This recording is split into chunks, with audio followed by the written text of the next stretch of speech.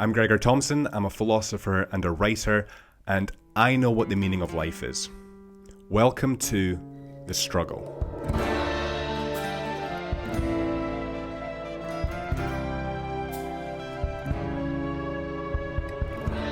This episode is brought to you by The Struggle newsletter.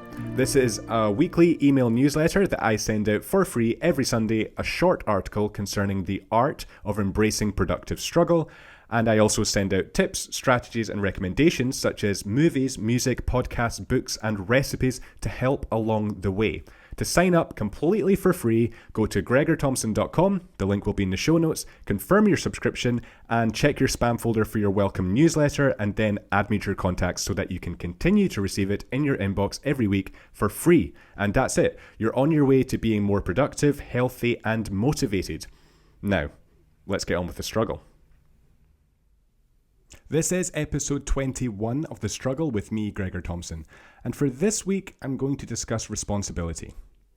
Now, taking responsibility is difficult. From children, we try to avoid blame for fear of getting into trouble or the disappointment of adults. However, as adults, we try our hardest to instill into our children that taking responsibility is morally right and that being honest will make life easier later. In other words, the trouble that comes your way will either be insignificant now that you have taken responsibility, or significant later if you blame someone else now and then come clean later. Most of us either learn this lesson straight away or through the experience of failing to avoid blame and responsibility. We learn through the negative consequences of not taking responsibility. However, many of us seem to have lost this ability, or at the very least only learnt this lesson at a surface level. When we do wrong and make a mistake that is obviously our fault, we own up. However, it's amazing how little is needed to slightly muddy those waters of responsibility so that we do not take any responsibility and blame other people or externalities. The problem here is that many of us are taught as children this lesson thinly, in that we were taught that if we were caught and blamed someone else, we would be punished more so than if we simply owned up now. We were not, however, taught the reason for doing so.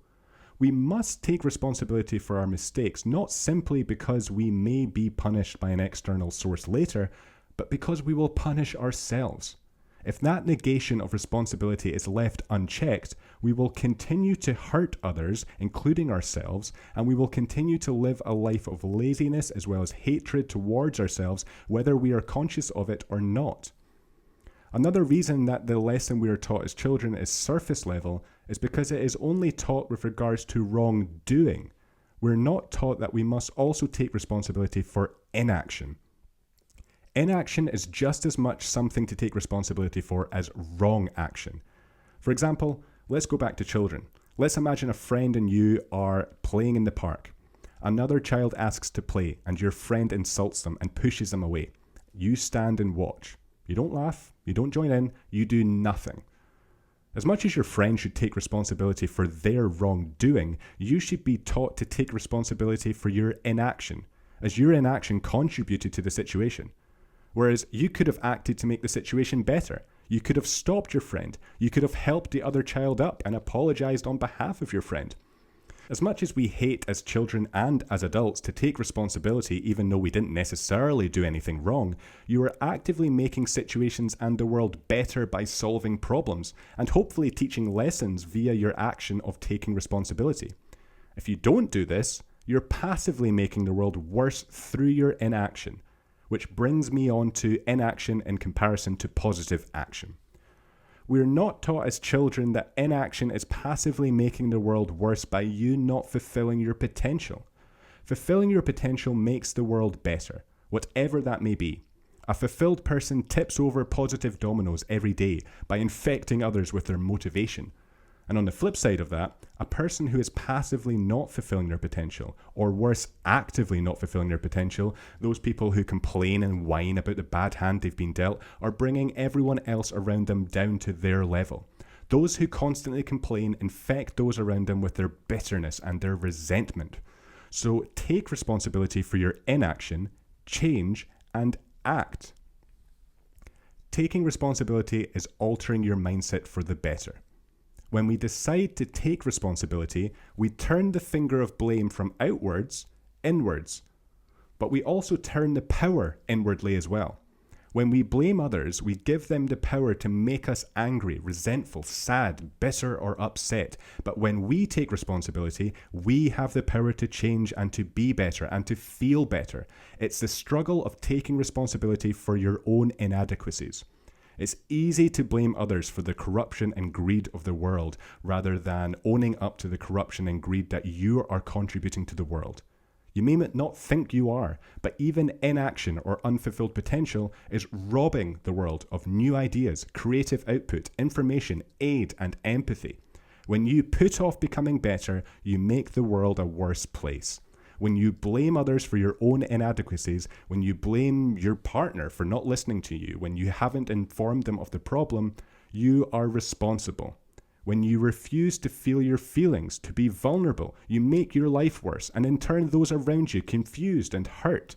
If you're the type of person who struggles to take a break, you are robbing the world of your true potential, because if you're working all the time, you're going to get tired and your output will suffer, whether that be writing or podcasting, your job, your love life, or your relationships. When you refuse to take a break from working, from your routines, from exercising, you will run yourself into the ground alongside those you love, provided they still want to be around you when you do. The world and its people need you to act. If no one took responsibility, if no one tried to make the world better, the world would have imploded into chaos and needless suffering ages ago, whilst you sat twiddling your thumbs restricted and refusing to struggle to break free from whatever restricts you. Taking responsibility is specific to the individual. So what do you need to take responsibility for that you're not now? Perhaps you should have told your partner that they haven't done the dishes in a while when you first noticed, instead of letting the issue fester and grow until you unnecessarily explode into rage, creating a grander than it needs to be argument. Perhaps your boss does not intend on bringing hell up from below and directing it upon their employees, but instead has a heavy load of expectations from their own boss and too much responsibility to handle. And perhaps, instead of gossiping and bitching, you should act, help, and make the problem better for everyone, regardless of your opinions or petty grievances. Then, maybe, your boss will lighten the load off of everyone after you've helped alleviate some of theirs. Perhaps the person who cut you off in traffic did so because they're driving to an emergency that involves a loved one and they did not deliberately want to make you angry.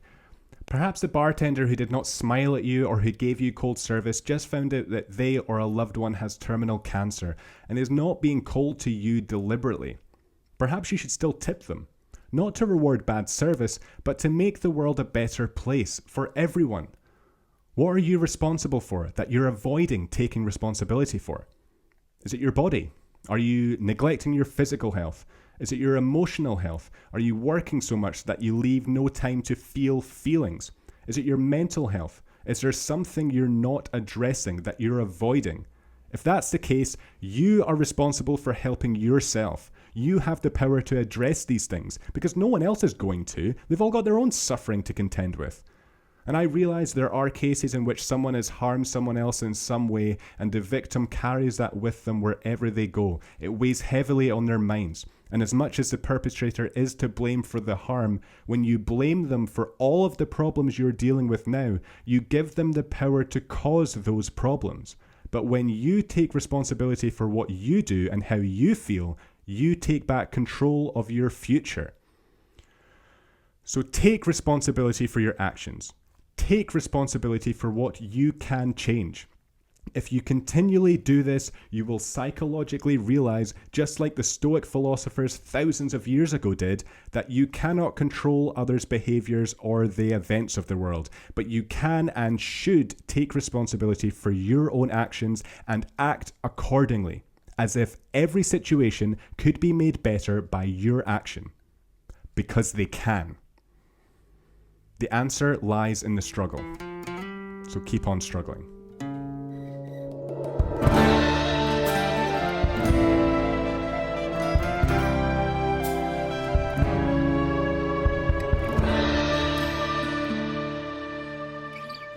Just a few more things before you take off. Firstly, thank you for watching. It genuinely means a lot to see people viewing and liking the content. Second, if you're enjoying the content, please subscribe. It's the best way you can support the podcast. As you can probably tell, I don't have a team behind me helping with recording or editing the podcast. I don't have much fancy equipment and I don't have much financial resources to keep the podcast going. So any support, any subscriber is helping the podcast grow and helping me more than you know. You can stay up to date with everything I'm doing on social media. All of the links will be in the show notes. And you can also listen to the Struggle podcast on Spotify or Apple Podcasts. And lastly, keep on struggling.